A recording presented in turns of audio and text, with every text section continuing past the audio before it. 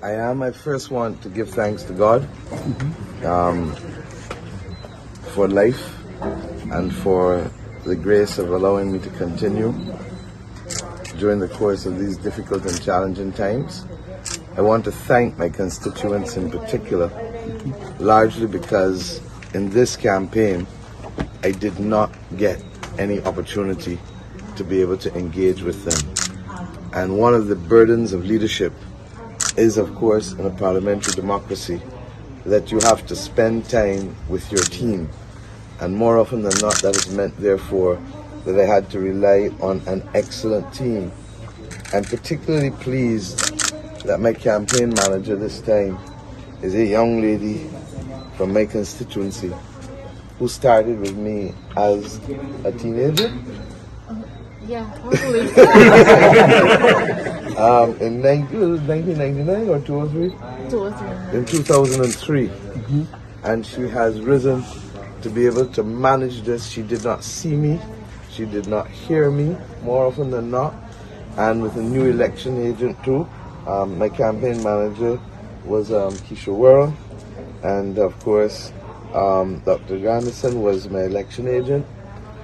Marcus Stevens continues to be my right hand when it comes to canvassing, and a number of other people who literally came together to be able to allow me the opportunity to go from St. Lucie to St. Philip, from St. John to St. James, and at the same time to repose their confidence in me to continue to be their parliamentary representative. This is my 8th election, and I do not take it for granted. And I really, really, really want to say to the people who have raised me, I came out here, as I keep saying, as a young girl, literally, at the age of...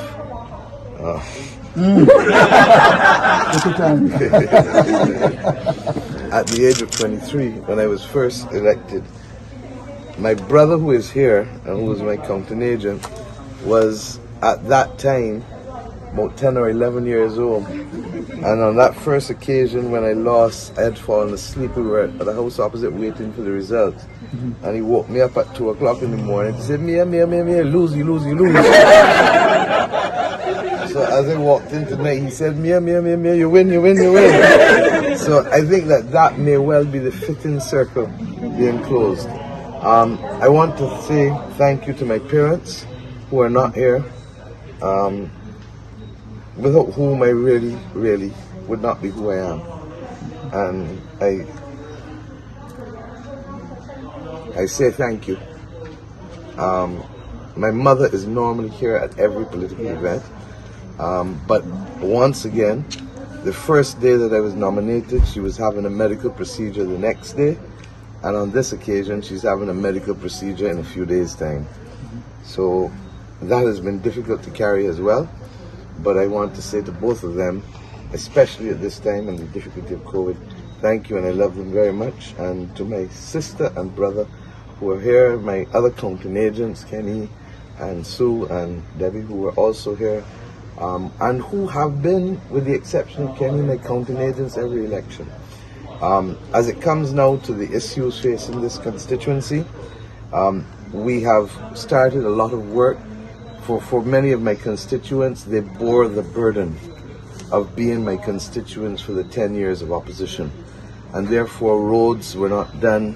The National Botanical Gardens was put on freeze for the full 10 years. The work at the Heritage District was put on freeze in terms of Tirocot. The work at the National Stadium has been put on freeze because of COVID and the new National Stadium that is to come. And there are a number of other projects that we've been working on that are people-centered that we want to be able to go.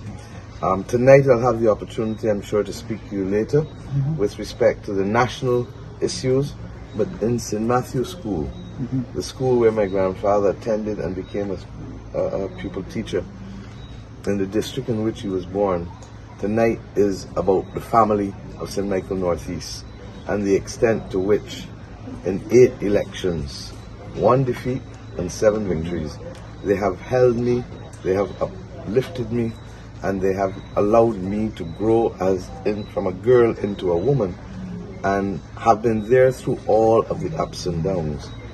I have never felt more exposed than I did in this campaign to them, largely because, as I said, I had to run a national campaign.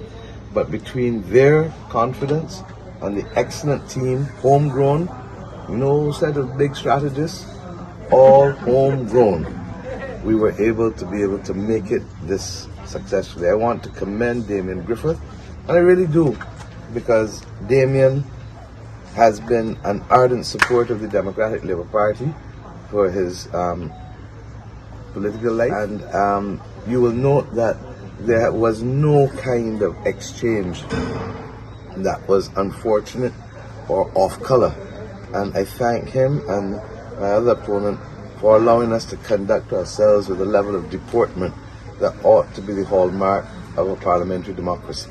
Thank you very much, and I just simply want to say to you in the media as well, thank you, because as I said to you all this morning, I think you all are as tired as us.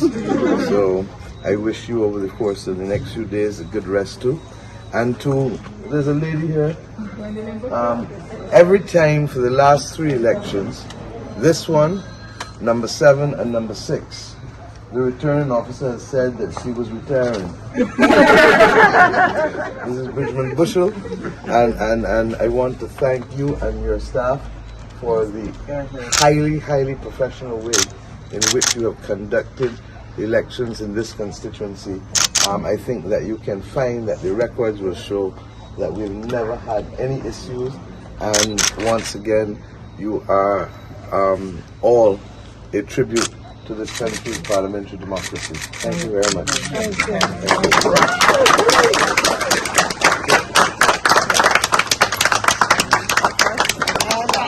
Obviously,